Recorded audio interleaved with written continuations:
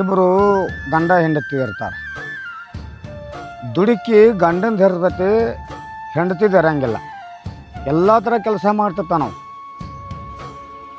ಎಲ್ಲ ಥರ ಕೆಲಸ ಮಾಡುವಂಥ ಗಂಡ ಒಂದು ದಿವಸ ಎಲ್ಲ ಕೆಲಸ ಒಂದು ದಿವಸ ಕಳ್ಕೊಂಡು ಬಿಡ್ತಾನೆ. ಯಾರೂ ಕೆಲಸಕ್ಕೆ ಕೂಡ ಕರ್ಕೊಳಂಗಿಲ್ಲ ಅವನು. ವಿಚಾರ ಮಾಡ್ತಾನೆ ಮನ್ಯಾಗ ಕೂತ್ಕೊಂಡು, ಎಲ್ಲರೂ ನನ್ನ ಕೆಲಸ ಕಸ್ಕೊಂಡ್ರು ಇನ್ನೇನು ಕೆಲಸ ಮಾಡಬೇಕು. ಆವಾಗ ಹೆಂಡತಿ ಗಂಡಗೆ ಏನು ಹೇಳ್ತಾಳಪ್ಪ ಅಂತಂದ್ರೆ, ಅಲ್ಲ ನೀ ಎಲ್ಲ ಕೆಲಸ ಕಳ್ಕೊಂಡಿತ್ತು, ನನಗೇನು ಸಿಟ್ಟಿಲ್ಲ, ನೀ ದುಡಿದು ತಂದು ನನಗೆ ಹಾಕಿದಿ ಇಲ್ಲಿವರೆಗೂ, ನಾನೊಂದು ಸ್ವಲ್ಪ ಎಲ್ಲಾದ್ರೂ ಕೆಲಸಕ್ಕೆ ಹೋಗ್ಲಿ ನತ್ತೇಕೆಂದ ಹೆಂಡತಿ ಗಂಡನ ಕೇಳ್ತಾನೆ. ಗಂಡ ಅಂತಾನು, ನಿನ್ನ ಒಂದು ದಿವಸ ನಾ ಕಡ್ಡಿ ಕೇಳಕ್ಕೆ ಹಚ್ಚಿಲ್ಲ, ಒಂದು ದಿವಸ ನಾ ನಿನಗೆ ಒಗ್ಯಾಕೆ ಹಚ್ಚಿಲ್ಲ, ಒಂದು ದಿವಸ ನಾ ನಿನ್ನ ಒಂದು ಯಾವುದೋ ಒಜಿಯಂದು ಹೊರಕ್ಕೆ ಹಚ್ಚಿಲ್ಲ, ನಿನ್ನ ಕೆಲಸಕ್ಕೆ ಹೆಂಗೆ ಕಳಿಸಲಿ, ನನ್ನ ಮನಸ್ಸರು ಹೆಂಗೆ ಒಪ್ಪತ್ತೆ ಗಂಡ ಹೇಳ್ತಾನೆ. ಆವಾಗ ಹೆಂಡತಿ ಕಣ್ಣಾಗಿನ ನೀರು ತರ್ತಾಳೆ ಗಂಡನ ಮುಂದೆ. ನನ್ನ ಮ್ಯಾಲೆ ನೀ ಎಷ್ಟು ಪ್ರೀತಿದದೆ, ಎಷ್ಟು ಗೌರವದದೆ, ಇದಕ್ಕೆ ಹೆಚ್ಚಿಂದ ಇನ್ನೇನು ಬೇಕು ನನಗೆ ತಿಳ್ಕಿಂದ ಹೆಂಡತಿ ಗಂಡನ ಮುಂದೆ ಕಣ್ಣೀರು ತರ್ತಾಳೆ.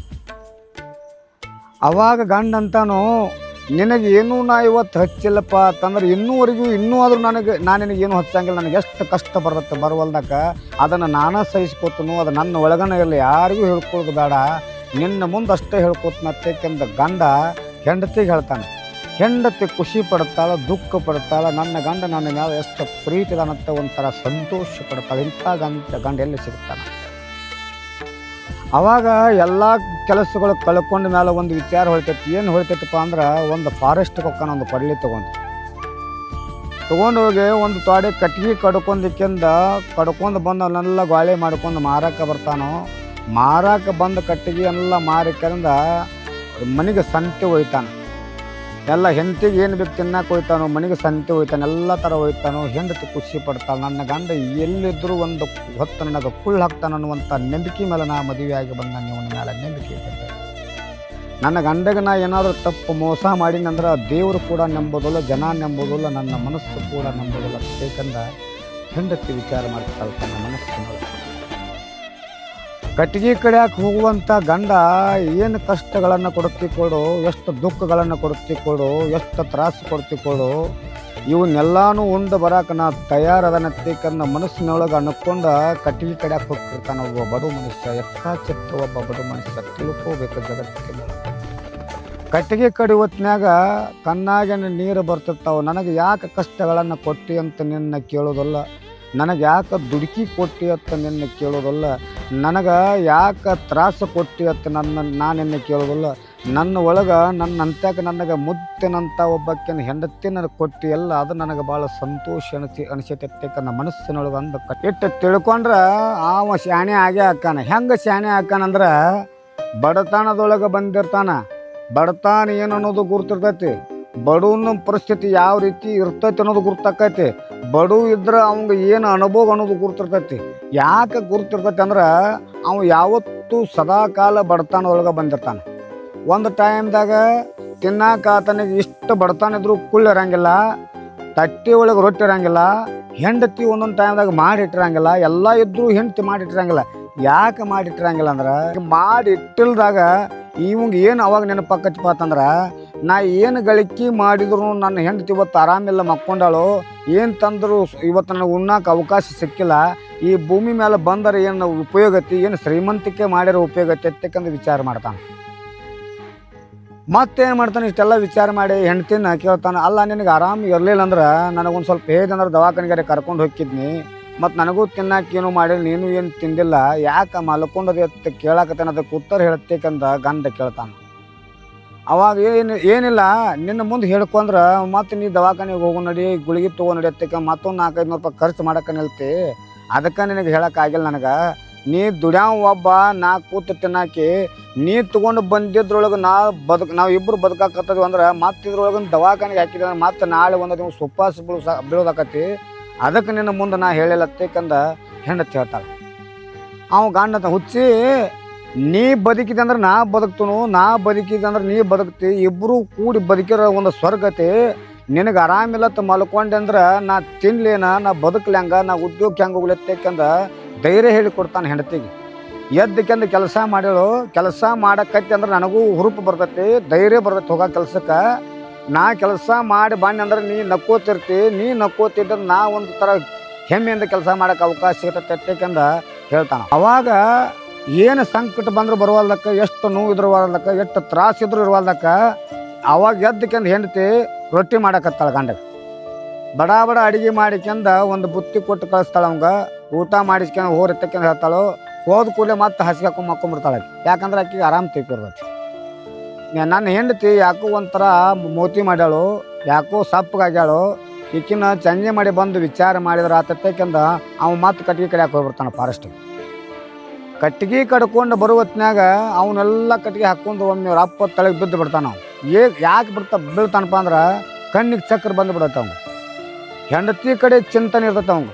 ಕಟ್ಟಿಗೆ ಕಡಿಯೋ ಕಡೆ ಚಿಂತನೆ ಹಂಗೆಲ್ಲ. ನನ್ನ ಹೆಂಡತಿಯನ್ನು ಮಲ್ಕೊಂಡಾಳು, ಏನು ಅಡುಗೆ ಮಾಡ್ಯಾಳು ಇಲ್ಲೋ, ಏನು ಆರಾಮ್ ತಿಪ್ಪೈತಿ, ನನ್ನ ಮುಂದೆ ಏನು ಆಗೈತೆ ಹೇಳುವಾಳು ಅದಕ್ಕೆ ಈ ಚಿಂತನೆ ಮಾಡ್ಕೋತ ಬರೋತ್ನಾಗ ಆ ಕಟ್ಟಿಗೆ ಹಾಕ್ಕೊಂಡು ಒಂದು ದಿವಸ ಬೀಳ್ತಾನೆ. ಬಿದ್ದ ಕಣ್ಣಿಗೆ ಚಕ್ರ ಬರ್ತೈತಿ. ಯಾರೂ ಅಬ್ಸಾಕ ಬರಂಗಿಲ್ಲ. ವಿಚಾರ ಮಾಡ್ತಿರ್ತಾನೆ. ಏನು ವಿಚಾರ ಮಾಡ್ತಾನಪ್ಪ ಅಂತಂದ್ರೆ, ನಾನೇ ಇಲ್ಲಿ ಬಿದ್ನಿ, ನನ್ನ ಹೆಂಡತಿ ಅಲ್ಲಿ ಮಲ್ಕೊಂಡಾಳು, ಏನು ಮಾಡಿದ್ರೆ ನನಗೆ ಒಂದು ಹಾದಿ ಸಿಗತ್ತೆ ಯಾಕೆಂದ್ರೆ ವಿಚಾರ ಮಾಡ್ಕೋತ ಆ ಕಟ್ಟಿಗೆ ಹಂತ ಕೂತು ಬಿಡ್ತಾನೆ.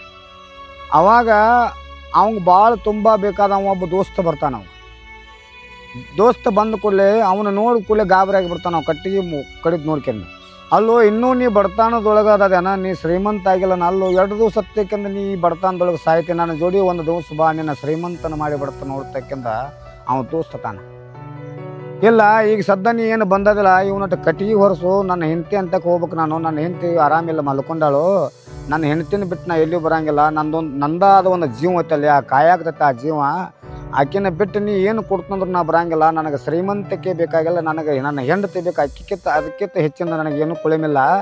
ಇವನಟ್ಟು ಕಟ್ಟಿಗೆ ನನಗೆ ಒರೆಸಿದ್ರೆ ಇದರಂತ ನನಗೆ ಹೆಚ್ಚಿನ ನೀ ಉಪಕಾರ ಮಾಡೋದೇನು ಬೇಡ ಅತ್ತೇಕಂದ ಹೇಳಿ ಕಳಿಸ್ಬಿಡ್ತಾವ.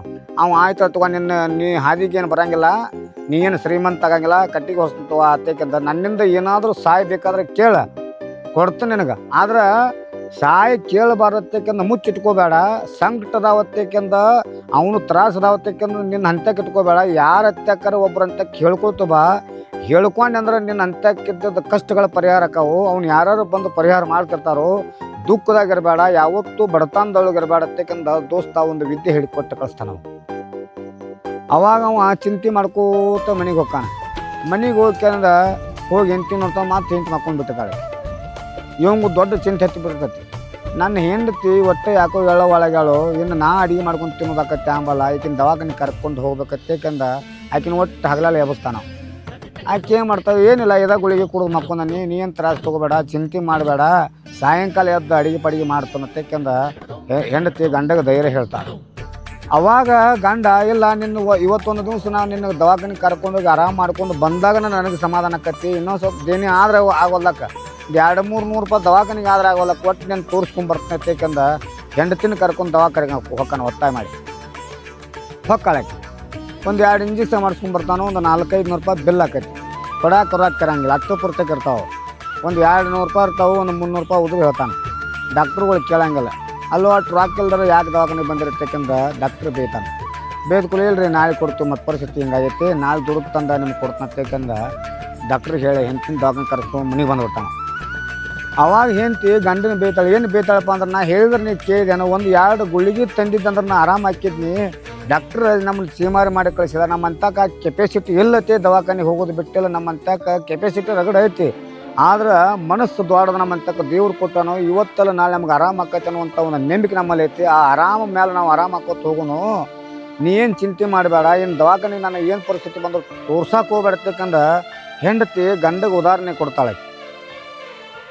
ಅವಾಗ ಗಂಡ ಏನಂತಾನಪ್ಪ ಅಂತಂದ್ರೆ, ನೀ ನೆಲ ಹಿಡಿದು ಮಲ್ಕೊಂಡೆ ಅಂದ್ರೆ ನನಗೆ ಅನ್ನ ಹಾಕೋರು ಬೇಕಲ್ಲ, ನೀ ದುಡ್ದು ನೀನು ನನಗೆ ಅನ್ನ ಹಾಕಿದ್ರೆ ನಾನು ದುಡ್ದು ಬಂದು ನಿನಗೆ ಕೊಡೋಕೆ ಸಾಧ್ಯ ಆಕತ್ತಿ. ಅಲ್ಲಿವರೆಗೂ ನನಗೆ ಸಾಧ್ಯ ಆಗೋದಿಲ್ಲ. ನೀನ ಮಕ್ಕೊಂಡೆ ಅದನ್ನು ಯಾರ ತಕ್ಕ ಹೋಗಿ ಅನ್ನ ಕೇಳತ್ತಕ್ಕಂದು ಗಂಡ ಹೆಂಡತಿಗೆ ಹೇಳ್ತಾನೆ. ಅವಾಗ ಹೆಂಡತಿ ಏನಿಲ್ಲ, ಇನ್ನೇನು ಮಲ್ಕೋದಿಲ್ಲ, ನನಗೂ ಯಾಕೋ ಕೂತು ಟೈಮ್ ಪಾಸ್ ಆಗೋಲ್ತಾಗೈತಿ, ನಿನ್ನ ಜೋಡಿ ನಾನು ಒಂದು 4 ಕಟ್ಟಿಗೆರೆ ಕಡಿಯಾಕೆ ಬರಲಿ ಅಂತೇಕರಿಂದ ಹೆಂಡತಿ ಕೇಳ್ತಾಳೆ. ಒಟ್ಟ ಕರ್ಕೊಂಡು ಹೋಗ್ಲತ್ತ. ನಾವು ಯಾಕೆ ಕರ್ಕೊಂಡು ಹೋಗೋದಿಲ್ಲ ಅಂದ್ರೆ, ನಾನು ಒಬ್ಬ ದುಡಿಯಾಕ್ತಾನೆ, ನನಗೆ ಒಬ್ಬಗನ ಇದು ಮುಕ್ತಿ ಆಗಲಿ, ನೀ ಏನು ದುಡಿಬೇಡ, ನಿನಗೇನು ತಂದು ಕೊಡ್ತೀನಿ ಅದನ್ನ ನೀ ಸರಿಯಾಗಿ ನನಗೆ ಮಾಡಿ ಊಟ ಹಾಕಿದಂದ್ರೆ ಸಾಕತ್ತೇಕಂದ್ರೆ ಗಂಡ ಹೆಂಡತಿಗೆ ಹೇಳ್ತಾನೆ. ಗಂಡ ಹೆಂಡತಿಗೆ ಹೇಳ್ತಾನೆ. ಹೆಂಡತಾಳ ಏನತ್ತಾಳಪ್ಪ ಅಂದ್ರೆ ನಮಗೆ ಯಾರು ಏನು ಕೊಟ್ಟರು ಪ್ರೀತಿ ಬರಂಗಿಲ್ಲ, ನಿನ್ನ ಪ್ರೀತಿ ನನ್ನ ಪ್ರೀತಿ ಎರಡೂ ಉಳಿವು ಈ ಜಗತ್ತಿನೊಳಗೆ. ಎಲ್ಲರೂ ಕಣ್ಣಿಗೆ ನಾವು ಎಷ್ಟು ಚಂದ ಅದೀವಿ ಅಂದ್ರೆ ಎಲ್ಲರೂ ನಮ್ಮ ಬಗ್ಗೆ ಭಾಳ ಚಂದ ಮಾತಾಡ್ತಾರೆ. ಹಿಂಗೆ ಇಬ್ಬರನ್ನೂ ಉಳಿಸ್ಕೊತ ಹೋಗೋಣ, ಇವು ಎಡ್ಡು ಉಳಿಸ್ಕೊತ ಹೋಗೋಣ. ನಮ್ಮ ಜೀವನ ಇದೇ ಒಂದು ನಮಗೆ ಬೇಕಾಗಿದ್ದು. ಯಾವ ಶ್ರೀಮಂತಿಕೆ ತೊಗೊಂಡು ಏನು ಮಾಡೋದು, ಯಾರು ಕೊಟ್ಟಿದ್ದು ಆಗೋದು 2 ದಿವಸ ಆಗೋದತ್ತಿ, ಯಾರಂತ ಏನು ತೊಗೊಂಡು ಬಂದಿದ್ದಾರೆ 2 ದಿವಸ ಆಗೋದತ್ತಿ, ಯಾರು ಕೊಟ್ಟು ನಡೆಸಿದ್ದಾರೆ 2 ದಿವಸ ಆಗೋದತ್ತಿ. ನಾವು ನಮ್ಮ ರಟ್ಟಿ ಮೇಲೆ ದುಡಿದು ತಿನ್ನುವಂಥ ಭಗವಂತ ನಮಗೆ ಒಳ್ಳೆಯ ಗುಣಗಳು ಕೊಟ್ಟಾನಲ್ಲ, ಸಾಕಿಷ್ಟೊಂದು ನಮ್ಮಲ್ಲಿ ಪ್ರೀತಿ ವಿಶ್ವಾಸ ನಂಬಿಕೆ ಐತಿ. ಈ ನಂಬಿಕೆ ವಿಶ್ವಾಸ ಎತ್ಕೊಂಡ್ಕೊಂಡು ಇಬ್ಬರು ಚಂದಂಗೆ ದುಡ್ಕೋತ ಹೋಗಿ ಬದುಕಿ ತೋರಿಸೋಣತ್ತಕ್ಕಂದು ಗಂಡ ಹೆಂಡತಿ ಮಾತಾಡ್ತಾರೆ. ಇಷ್ಟು ತಿಳ್ಕೋಬೇಕು ಜಗತ್ತಿನೊಳಗೆ.